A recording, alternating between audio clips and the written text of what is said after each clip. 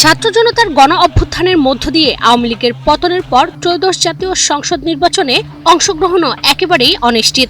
দলটি আগামী নির্বাচনে অংশ নিতে পারবে না, এটা ইতোমধ্যে অন্তর্বর্তী সরকারের পক্ষ থেকে পরিষ্কার করা হয়েছে।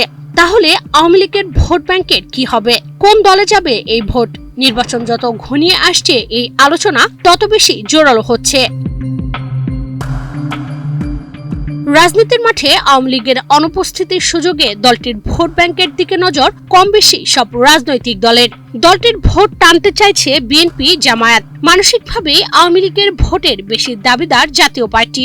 গণ অভ্যুত্থানের পর আওয়ামী লীগের দোসরদের তকমা পায় দলটি। স্যান্ডেলিনা সো, রূপচর্চায় আভিজাত্য। পতিত প্রধানমন্ত্রী হাসিনার সঙ্গে রাজনৈতিক গাঁটছড়ার কারণে জাপাকে দীর্ঘ ১.৫ বছর রাজনৈতিকভাবে কোণঠাসা অবস্থায় পথ চলতে হয়েছে। কখনো কখনো আওয়ামী লীগের পক্ষে অবস্থান নিয়ে দলীয় কার্যালয় থেকে শুরু করে অনুষ্ঠান পর্যন্ত হামলার ঘটনা ঘটেছে। তাই জাতীয় পার্টি মনে করে রাজনৈতিক অবস্থানের কারণেই আওয়ামী লীগের ভোট ব্যাংক তাদের। এই ভোট ব্যাংকে মনোযোগ আছে ব্যারিস্টার আনিসুল ইসলাম মাহমুদ ও এবিএম রুহুল আমিন হাওলাদারের অংশের জাতীয় পার্টিরও। তবে আওয়ামী লীগের ভোট ব্যাংকের দিকে অনেক দলের নজর থাকলেও এ নিয়ে প্রকাশ্যে মুখ খুলেছেন জাপা চেয়ারম্যান জিএম কাদের। যেহেতু নির্যাতনের মাত্রা সবচেয়ে বেশি হচ্ছে আওয়ামী লীগের উপর, কাজে আওয়ামী লীগের একটা নির্যাতিত একটা অবস্থানে আছে। আমরা নির্যাতিতের পক্ষে কথা বলছি, কাজে তারা আমাদেরকে সমর্থন করতে পারে। এটা রিহ্যাবিলিটেশনের ব্যাপার নয়। আওয়ামী লীগের মানুষরা মানুষ। আওয়ামী লীগ সংগঠন হইতে পারে, সংগঠনের তারা মেম্বার হইতে পারে, কালকে তারা সংগঠনে নাও থাকতে পারে, কিন্তু তারা দেশের মালিক, তারা দেশের মানুষ, দেশের ভোটার। তারা কোনো না কোনো খাতে যাবে যদি ভোট দিতে আসে। এখন জামাত চেষ্টা করছে এবং প্রকাশ্যভাবে চেষ্টা করছে যে আওয়ামী লীগের ভোট তাদেরকে আসে। আমি যেটা বিভিন্ন জায়গাতে পাচ্ছি, বিএনপি চেষ্টা করছে যে তাদের কাছে আওয়ামী লীগের ভোট আসে। তারা বিভিন্নভাবে আওয়ামী লীগের পক্ষে কথা বলছে, সেখানে এটাকে কোনো অপকর্ম ধরা হচ্ছে না বা তাদেরকে নিন্দা করা হচ্ছে না। জাতীয় পার্টি যখন বলছে যে আমরা তো কিছু বলি নাই, মানে আশঙ্কা করছে ওনারা আমাদের প্রতিযোগিতা যে বড় ধরনের একটা ভোট ব্যাংক আছে আওয়ামী লীগের, যেটা যদি আওয়ামী লীগ ভোটে না আসতে পারে হয়তো জাতীয় পার্টি। এটা অপরাধ কেন হবে? রাজনৈতিক বিশ্লেষকদের মত হচ্ছে ঐতিহাসিকভাবে দলটি আওয়ামী লীগের সঙ্গে সদ্ভাব রেখে চলেছে। এর সাথে শাসনামলে ১৯৮৬ সালের নির্বাচন বিএনপি বর্জন করলেও আওয়ামী লীগ অংশ নেয়। ১৯৯৬ সালে দীর্ঘ ২১ বছর পর আওয়ামী লীগ ক্ষমতায় ফেরে জাতীয় পার্টির সমর্থন নিয়ে। ২০০৬ সালে বিএনপি জামায়াত জোট সরকার বিরোধী আন্দোলনে আওয়ামী লীগের সঙ্গে জাপা এক হয়ে মহাজোট গঠন করে। পরে ২০০৮ সালের ভোটে সমঝোতা করে আওয়ামী লীগের সঙ্গে ভোট করে এবং সরকারে অংশ নেয়। ২০০৮ সাল থেকে ২০২৪ সাল পর্যন্ত আওয়ামী লীগের সঙ্গে সমঝোতা করেই রাজনীতিতে ৩ বারের বিরোধী দলের ভূমিকায় ছিল জাপা।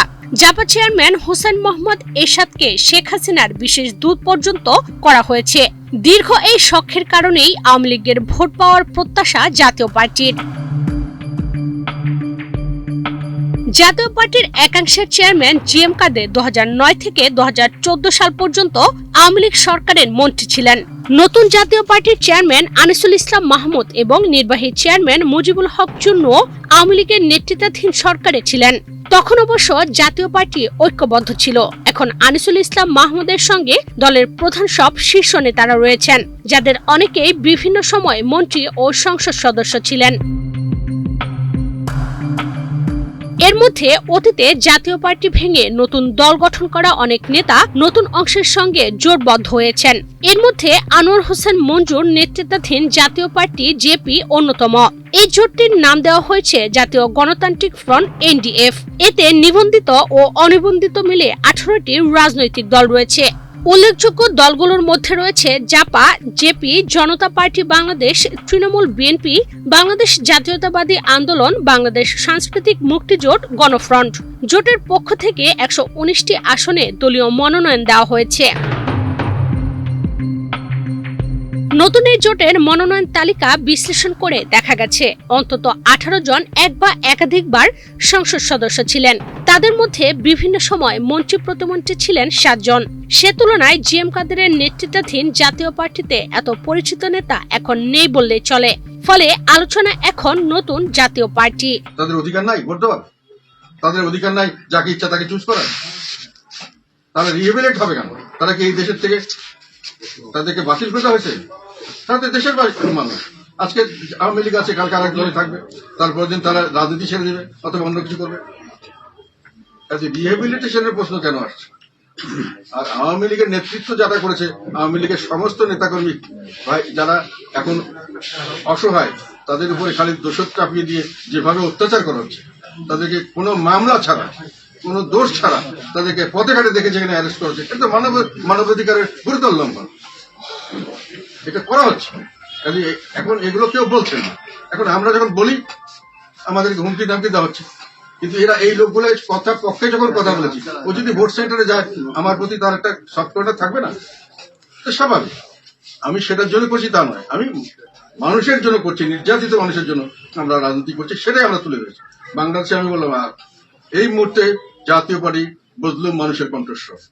এই মুহূর্তে জাতীয় পার্টি সাধারণ মানুষের কাছে গ্রহণযোগ্য একটি রাজনৈতিক দল, যারা জনগণের পক্ষে জীবনের ঝুঁকি নিয়ে কাজ করছে।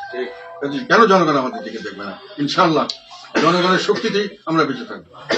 তবে এখানে আবার প্রশ্ন দেখা দিয়েছে, লাঙল প্রতীক কার হবে? এই প্রশ্নের সুরাহা এখনো না হলেও অধিকাংশ রাজনৈতিক বিশ্লেষকদের ধারণা লাঙল জিএম কাদেরের অধীনেই থাকার সম্ভাবনা বেশি। কারণ এর আগেও লাঙল প্রতীক নেওয়ার অনেক চেষ্টা করে ব্যর্থ হয়েছেন হুসেন মোহাম্মদ এরশাদের স্ত্রী বেগম রওশন এরশাদ।